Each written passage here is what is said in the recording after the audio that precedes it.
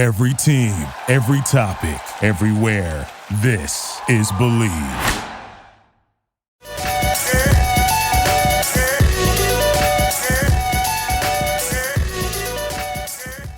All right, ladies and gentlemen, welcome back to Zero Dark Nerdy, the world's most notorious pop culture podcast. This is your boy Brian, a.k.a. El Nino, and today I'm joined with... Ryan Saber, Captain Cleveland, Browns, Cavs, Guardians, CLE till I die. And back by popular demand, the CEO of the best damn apparel company on the planet, Harry Arnett. Harry, welcome back to Zero Dark Nerdy. I was waiting for the horns to stop. Thank you. Good to be here. Harry, you just leaned back. I love, even though it's kind of Steelers colors, I love the black and yellow lettering. I believe Rihanna just sent me a package. So she was on the show a couple weeks ago and she had the mustard with the black lettering hoodie. And I was like, oh my God, I love that. Next thing I know, I get an email. What's your address? So I'm assuming that's what's in there, but I love the hoodie. Love it, man. Yeah. The mustard black is like old school Pittsburgh Sick. Pirates. Yeah. I mean, have to say, I can't wear, because like no one cares about the Pirates, but right. For the Steelers, there's still a lot of people out there, especially Browns fans, like can't wear anything that looks like it's a Steeler thing. So no, can't do it. But the Pirates, who cares? Like the old Cleveland Indians / Guardians, which you said, like nobody cares about. No, we're good. Both teams suck, so it doesn't matter. So, Harry, what has been going on since we spoke last? Last time we covered, it was right when Wall Street season 1 came out. We do know that season 2, I believe, is currently filming, or did they wrap up? And if you can talk, I don't know what you can or cannot talk about. There's no wrap. Okay. No wrap. We're in. What do they call that? We're in production. Okay. I say like filming you. Are they filming you right now? It has anything to do with it other than we sit here and they roll the cameras on us. But they're doing it right now. And spoiler alert for anybody who's listening to the podcast and watched Wall Street season 2, because it was kind of a cliffhanger at the end. You're like, oh, will the Municipal guys and will that team make it? Are they going to make it? Are they going to go out a bit? What's going on? We're still here. And we're rocking and rolling. We had a great year last year, Brian, getting through the pandemic and the launch. And last year was an awesome year. This year is even better by quite a bit. And we have a ton of cool stuff in terms of product and how would I describe it? New people affiliating themselves with the brand. New people. I'll tease one for you, Ryan, too. Maybe somebody who happens to be affiliated with a Cleveland team. Well, who could that possibly be? Okay, we'll find out. We'll have to wait. Harry, I'll tell you off the air. Okay. But I can't say anything on the air, but we're pretty excited. He's an awesome person, a freak athlete, loves Municipal. And so we're ready to rock and roll. We got a bunch of cool stuff too that's exciting for us, because you guys know, as being folks that started this, is when you start something from scratch, you kind of have a vision of where you want to go. You don't know how you're going to get there. You just know you want to get there. Yep. Yeah. And sometimes whatever you write, I think we said this last time, you write down on a piece of paper in some kind of strategy document or whatever, this is what we want to be and this is how we're going to get there. And as soon as you get going down that road, shit changes and you're going to be hitting all kind of obstacles. So our direction has never stopped. I think the way we're going to get there has become a lot more clear, and we have something we're working on right now that's going to be life altering. It's great to hear. And I think really cool for fans of our brand, because it's going to take us to a level I think that people are going to be really surprised about. And I'm assuming by when you talk about some of the new apparel that's coming, where are we getting the M. hat, Harry? Are we getting the M. hat? For you, it's coming. Yeah, Marcus. You said that last time. And imagine this, Brian. Don't tell anyone this. I'm going to keep my voice down so no one hears us talking about this. Imagine that MDOT on things other than hats. Yeah, I love that. I love everything about it, Eric. Love it. Do I have your attention now? 2 thumbs up. Yeah. Brian, what's in the mug? What's in the mug? What you drinking in the mug on a... Honestly, a little bit of OJ. It's allergy season here in North Carolina. So OJ mixed with what? Just a tiny bit of water. So could be fire water. So, but no, just a little bit of OJ. We were talking off air, and Harry knows this all too well, being from Atlanta. It's allergy season here in North Carolina, and for you guys watching video, my eyes are just extra kind of glossy because I've been sneezing. I thought we said something that made you emotional. No, I keep rubbing my nose. Come on. I keep rubbing my nose. My nose is red. I mean, it is when, for anybody who's not in the Southeast, because we have fans obviously in the Southeast and all over the country and really all over the world at this point.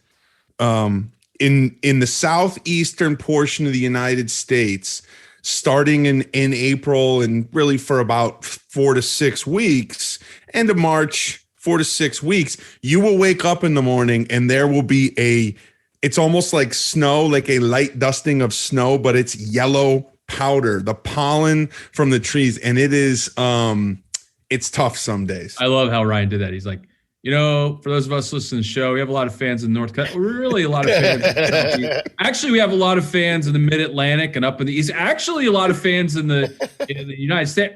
Come to think of it, we have a lot of fans on the earth. Listen, the whole earth. Everybody's a critic, Harry. Enough about me, more about you. All right. No, I'm with you. I'm from the South, and every time about this year is when everyone gets congested. Our eyes start itching. You have to wash your car every week. The struggle is real.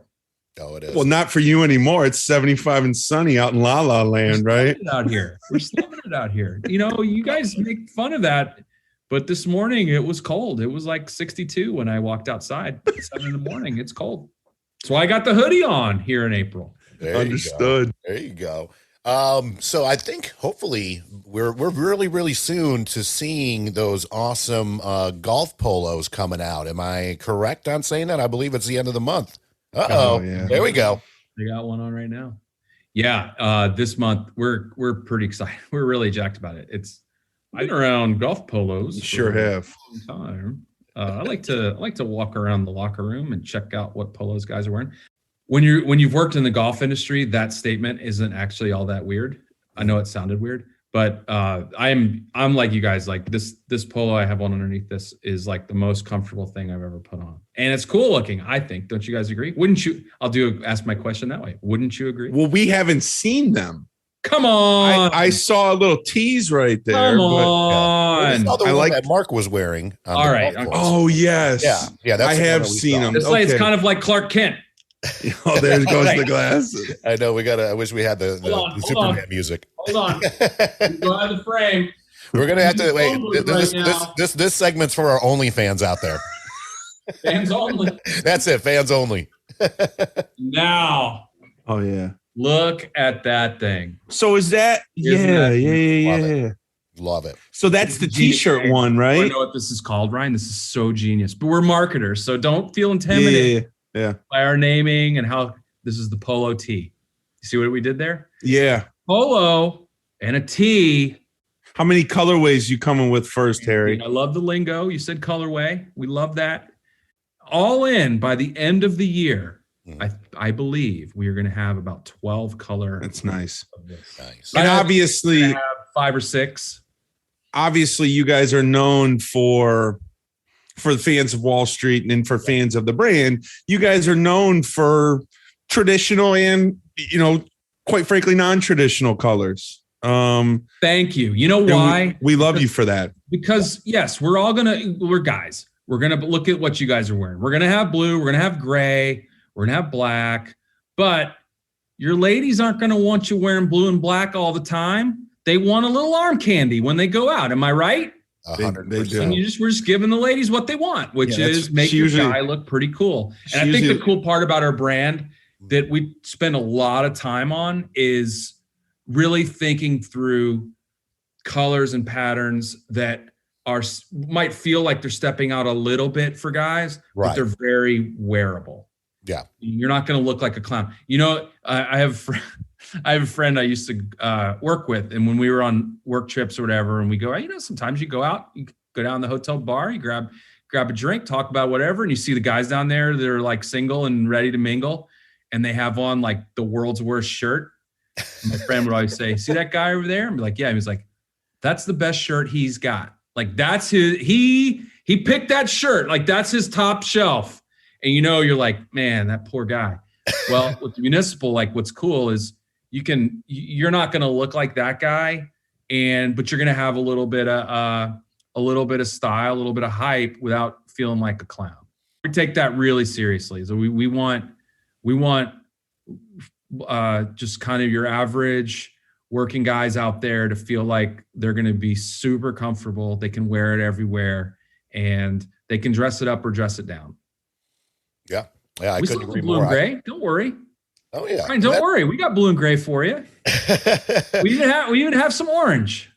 Doesn't matter. Your number one brand ambassador is on the top here, and he will own it all before it's said. You're damn right I am. And I gotta say, I'm not. I told Brian this. We're just little baby giraffes right now. Someday we'll be big giraffe, we're little dogs now. We're gonna be big dog, and when we're big dogs, we don't forget the people that supported us when we were little dogs.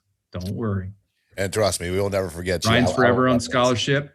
He's forever on scholarship. I appreciate we are forever on. I'm part of this. I was thinking, you know what we have for the fall? This is perfect for football season. I know. I was just thinking that's very close to the new Browns orange. You know what I'm going to do for you? I'm not even kidding. We're going to get one made. Maybe we'll put it in the line.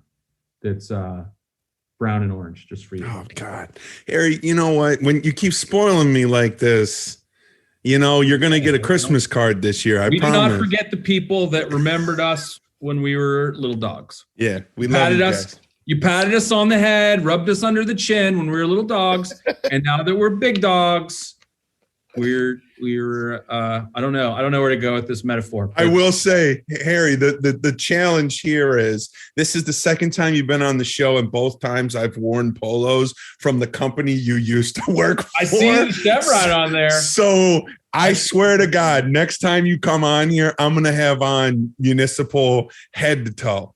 I promise. Municipal backdrop, the whole nine. I mean, I got the shit. It's like I just gotta. I rock it around the house. You know what I mean? It's one of those. I mentioned a funny line that a guy used to work with. Here's another one. Another guy used to work with. Hey Brian, you know what Ryan does with all of his old polos? What's that? He wears them.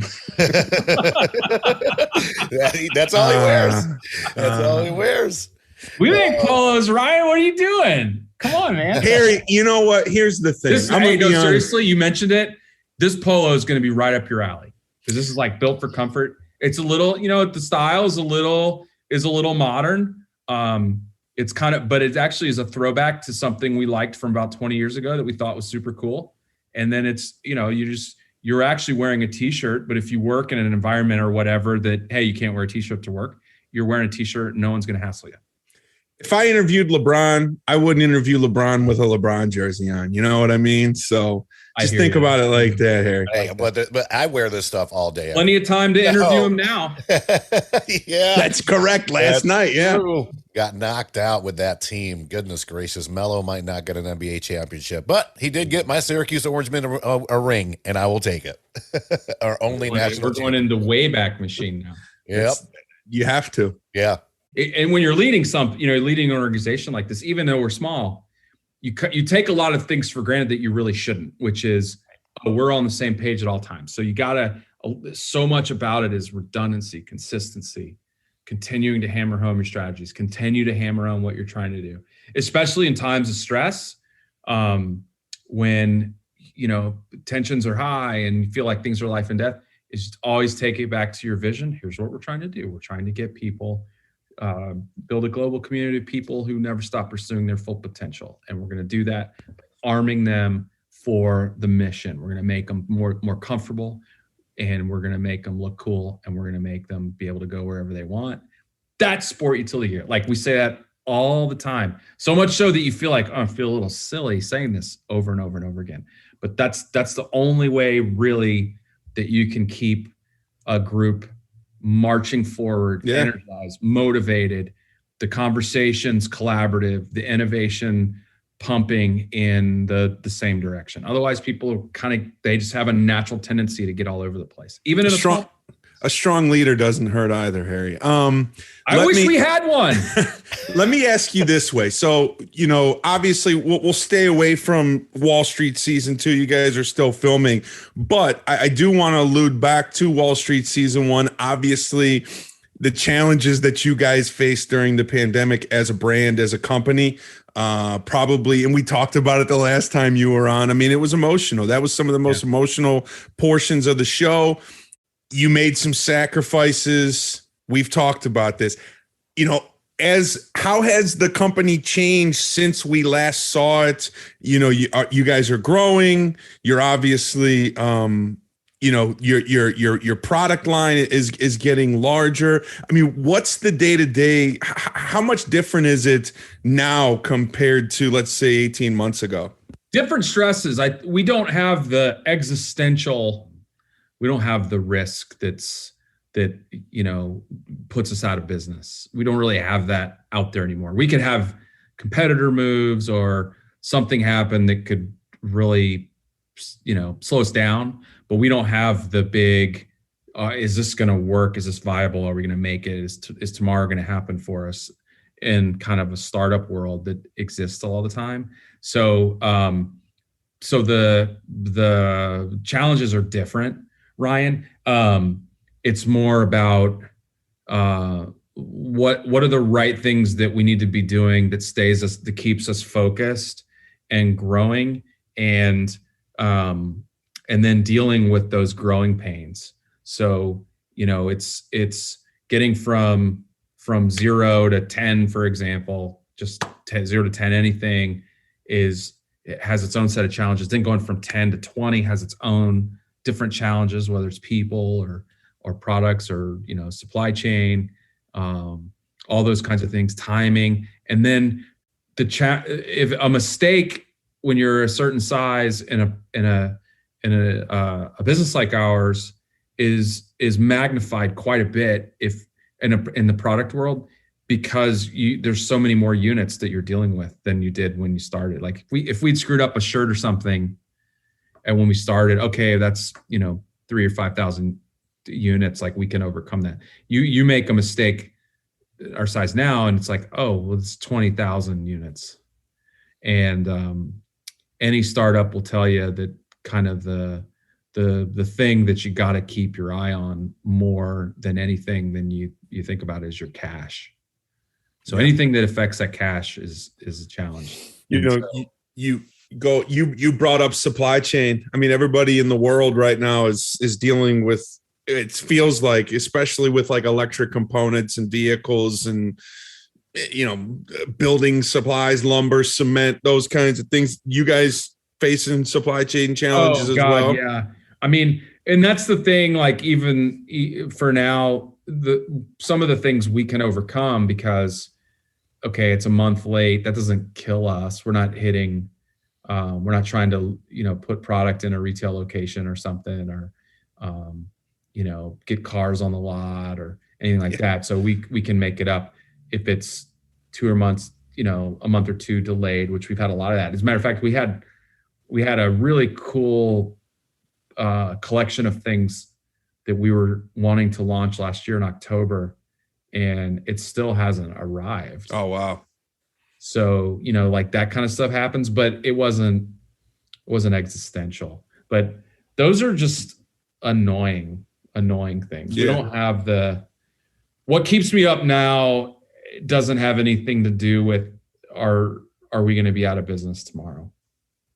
So that's good. We've kind of proven that we're not just a viable business, but we have a real cool growth company here, and then making the decisions that are proper to have the type of growth that we anticipate having is important. And then I think within the group here is it's natural for us to want to take a breather and take a deep breath, but we can't slow down. So how do you keep running at a pretty breakneck speed, Yeah, but now have that kind of lightness and freedom that you would have if you were running for pleasure? Okay, this is going to be a weird metaphor, but I'm going to see if this works. If it doesn't work, can you guys edit this out? Yes, we can. All right. So if you're running for pleasure, exercising, and you're in good running shape, and you get the runner's high, you follow? Yeah. Endorphins are going, you're relieving the runner's high, and you're running at a pretty good clip. You're still running, and you know how you feel when you're doing that, right? It's been a while, but yeah. Ryan was like, okay, can you pick another activity? No, I'm with you. The running part's important because I'm going to get to the other part that might work or may not work. That kind of running is different, but you're still running. It's a lot different than if you're running from like a bear. Yeah, no, I get it. You know what I'm saying? No, I get it. It's so great when you're running from a bear, but you're still running. So then if the bear, you kind of outrun the bear, although I think they tell you it just depends on what kind of bear you're running from, whether you should run or not. Because they're fast. Like, don't try to outrun. And don't climb a tree if it's a black bear, I think. Black bears climb trees, right? Anyway, it's a different kind of running, but we're still running. So now, how are we running? What are we running towards? I'm done with the running metaphor. No, it's good. So let me ask one more here. And I think this is going to make sense to you as you guys are scaling and you're going from a startup to a larger company. I mean, what's more, and the answer is probably going to be both for you, but this is sort of like a death is not an option. You have to pick one or the other. What's more important to you? The agility, being able to stay agile, being able to pivot, change directions, or the efficiency piece, right? Because oftentimes you have to sacrifice one versus the other. Right. So the agility or the efficiency. Easily. Yeah. Speed. You're going to fail. It's written right here. Can you read that to me? Being wrong happens. Being wrong happens. Staying wrong is a choice. Yeah. Exactly. Yeah. So have agility. Give me that in a business or anything. I'll take that 100 times out of 100 versus getting it right. Yeah. No, I hear you. That's great. So, but to answer your question, they're both important. You just said that if I had to pick one, or I can't remember. You threatened to kill me. It sounded like. Well, death is not an option, right? It's a game that I used to play at work where it's like, I registered that as a threat. Yeah.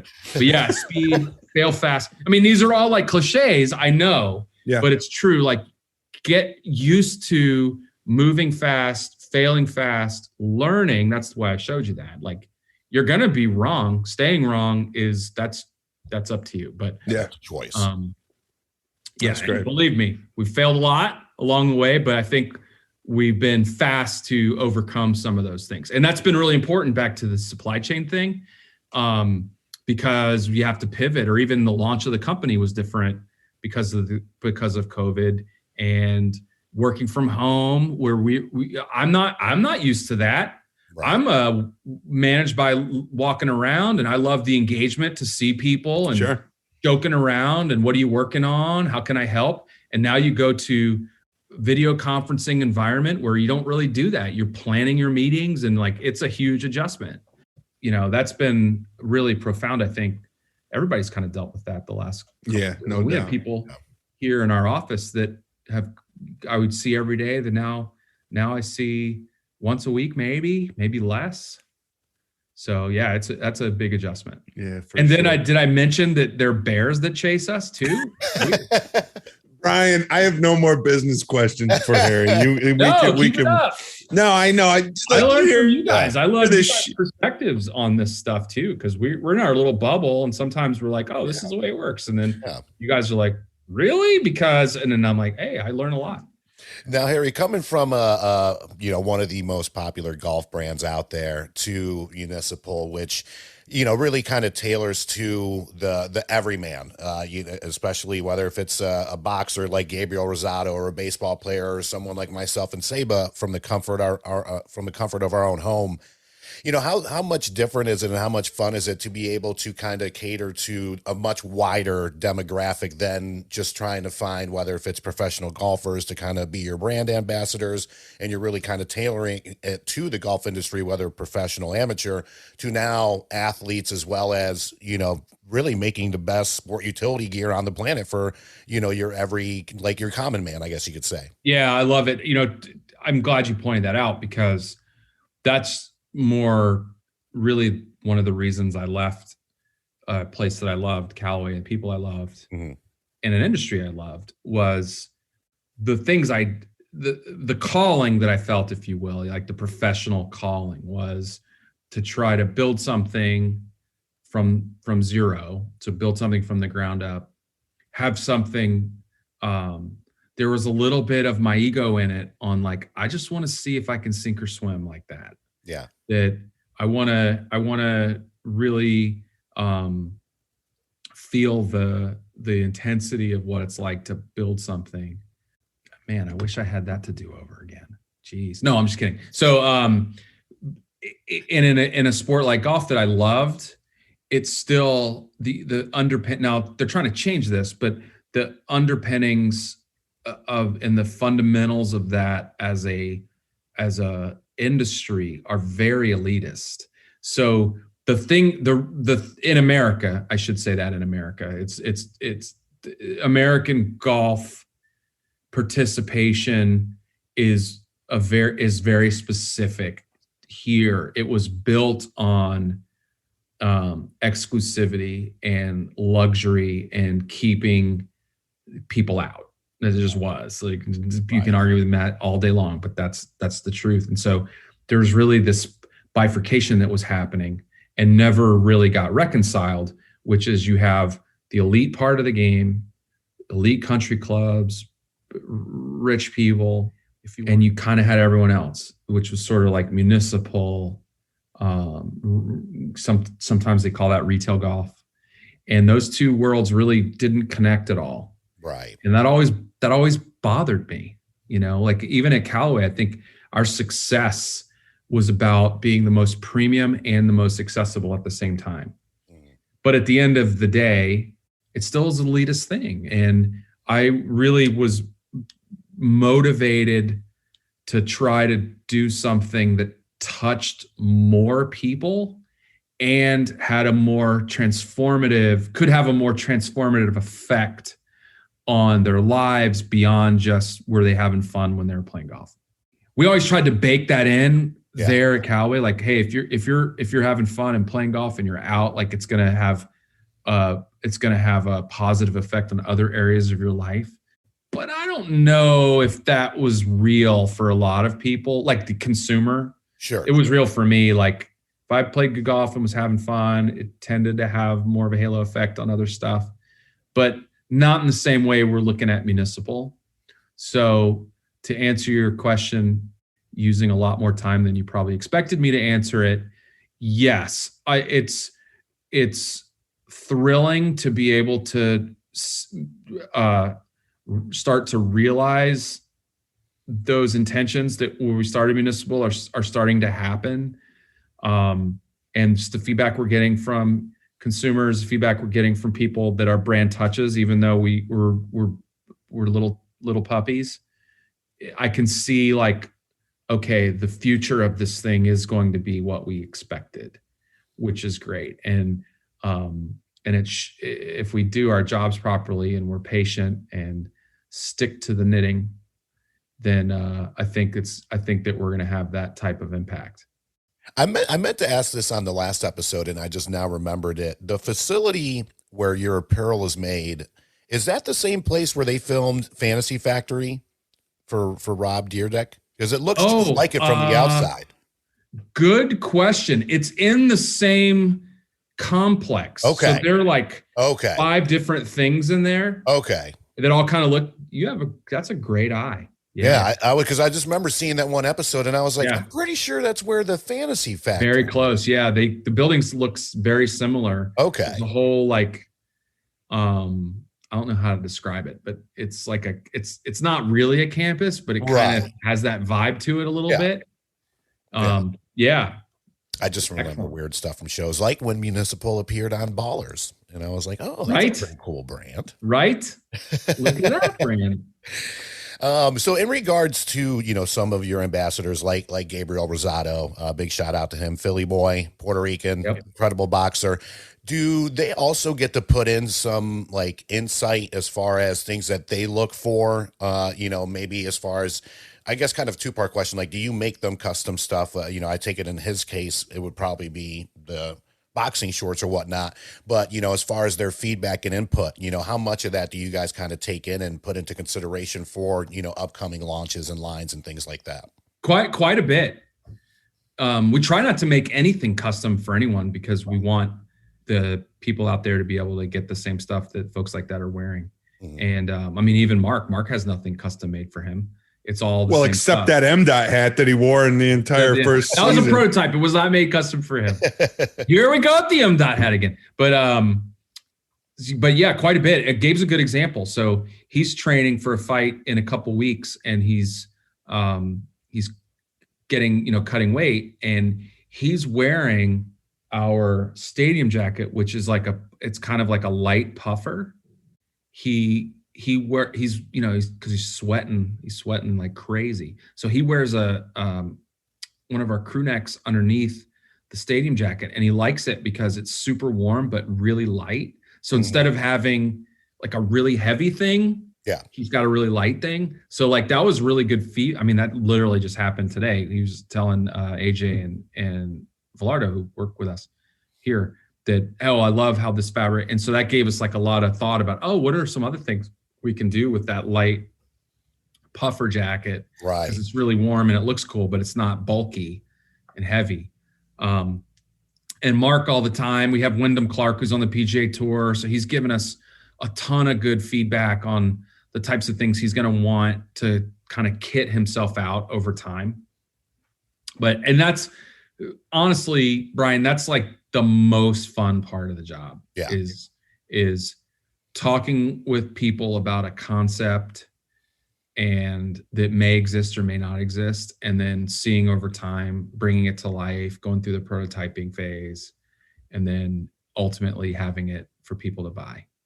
That's awesome. That's how we have a couple of products right now that I'm just thinking about. The Polo Tee is one of them. We were sitting around. Mark was a part of that, and Mark likes to play golf in a t-shirt. And some places that he plays, they don't care, and some places they care quite a bit. Yeah. So we were talking about, what if you couldn't you just have a t-shirt kind of that looked like a polo? And that seems like a really dumb, people have thought about that before. I've been around golf my whole life. No, they haven't. It's never existed before. What? Crazy. And then we also have, I don't have it here, but we kind of did the same thing. We're like, what would the short companion be to that? Because you wouldn't want to, if you could wear it, I guess, with a dumb pair of golf shorts, but why couldn't you do the same with the most comfortable athletic or yoga short or something? Why couldn't you figure out a way to make that look like a short you could play golf or go to a dress up outdoor barbecue or something? If you're, I don't get to go to these places, but when my wife invites me to her work, barbecue or something, I can't look like a schlub. I can't show up in basketball shorts because she'll think that, her colleagues will give her shit for underachieving, marrying a schlub like me. So but why couldn't you figure out a way to do it? And we have that short, which is our super stretch short, which is in the line right now. It actually just launched last week, and people are like, this thing's amazing. Why has nothing like that existed before? I'm like, you got to have the conversation. You got to, and keep it going. We call that around here innovation through collaboration, values-based innovation. That's how it happens. You got to enter the conversation, and our product designers and product team have to be willing to have that conversation with people that they don't think are experts. And that's the cool. I think that's the coolest part of any job, really, or the ones I've had, certainly are more product oriented. Now, last year you guys unveiled the Municipal trailer. What will it take to get that bad boy to come over here? Maybe this summer for the Wyndham tournament. You know who the one you need to crack under intense pressure and interrogation is one Rihanna Alice Sullivan, because she is the one who's responsible for that. I'm with you. So let's get her off her here on the East Coast. Make it happen. Okay, we asked her. You don't need to give me an excuse. I love North Carolina. My wife's from there. I used to live there. You don't need to give me an excuse. There you go. That's right. Beautiful. I know. We'll make it happen. Have a nice little in person. We'll get some cheer wine. Maybe Bojangles biscuit. Whatever. I just told a story about Bojangles to some of the fellows around. Did they get it? Not really. Most people don't get Bojangles. Yeah, they don't get it. I'm like, they don't get the cheer wine thing either. They definitely didn't get cheer wine. But I'm like, do you guys even know the flavor explosion of a buttery biscuit and a sweet tea? And they're like, what? They're both Californians. They're like, what? Yeah, that's avocado and stuff, right? It's a true Bojangles spokesperson right there. Get out of here. Now, which do you prefer? Because, I mean, Bojangles there is very similar to, I guess, the comparison here where people don't get In-N-Out Burger and Whataburger. Which do you choose? Like, which do you prefer out of those two? Of In-N-Out or Whataburger? Yep. I'm gonna get expelled from the state.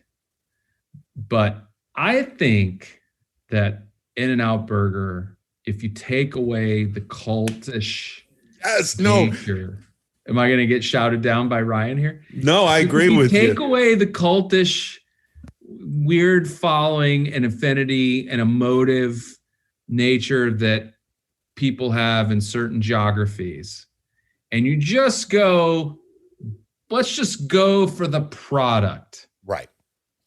And I'm going to assign a letter grade. I do letter grades on my foods. I don't know. Some people do the star system. Some people do the number system. I'll do letter grade. I think the In-N-Out Burger is a B plus burger.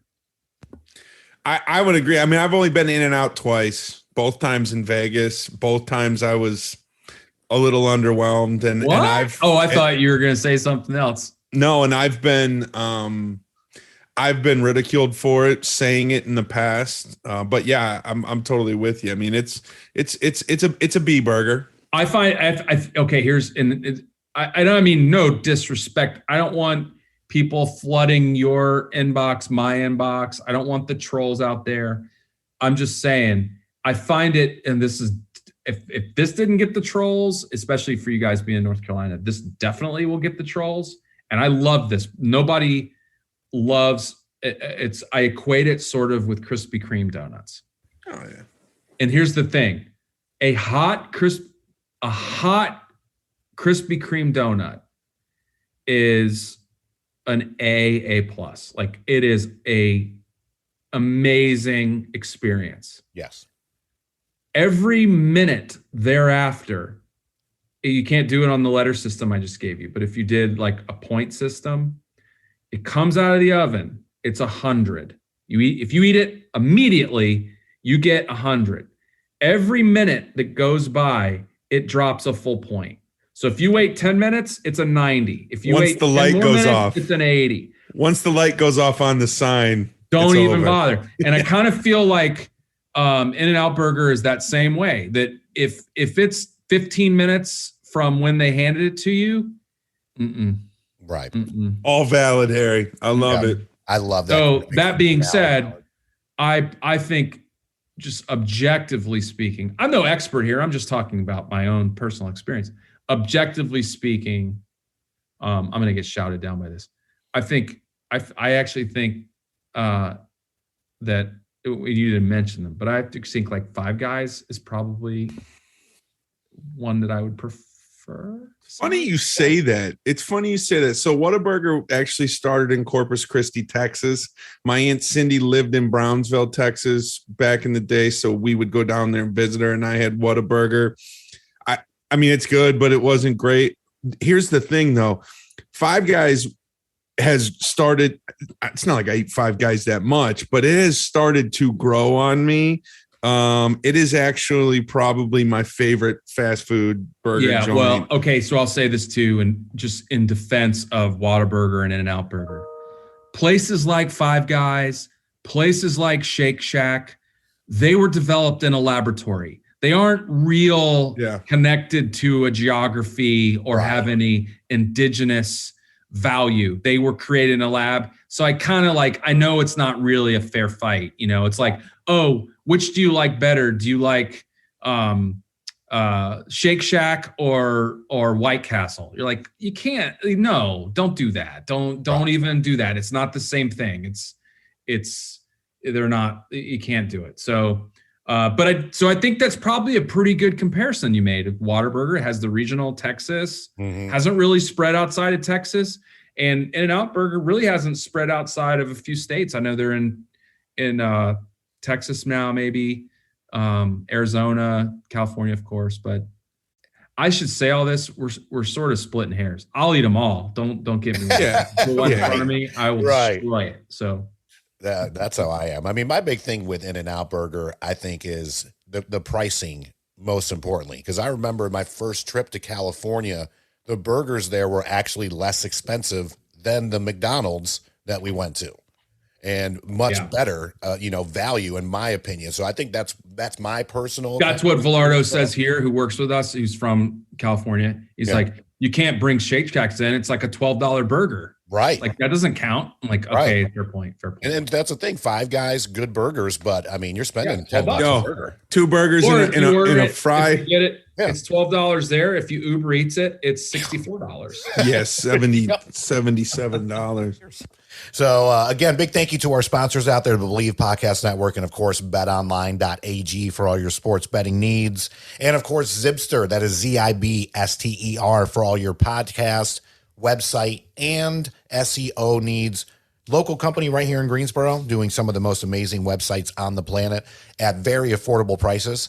And as always, keeping us out of jail as best as you can, Andrew Newman, attorney at law. AttorneyNewman.com is the website. On behalf of everybody from Zero Dark Nerdy, this is Brian, and we'll see you next week. Peace.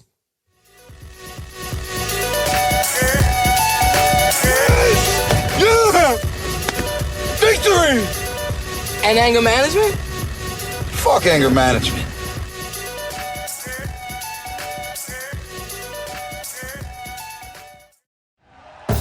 Thank you for listening to Believe. You can show support to your host by subscribing to the show and giving us a 5-star rating on your preferred platform. Check us out at Believe.com and search for BLEAV on YouTube.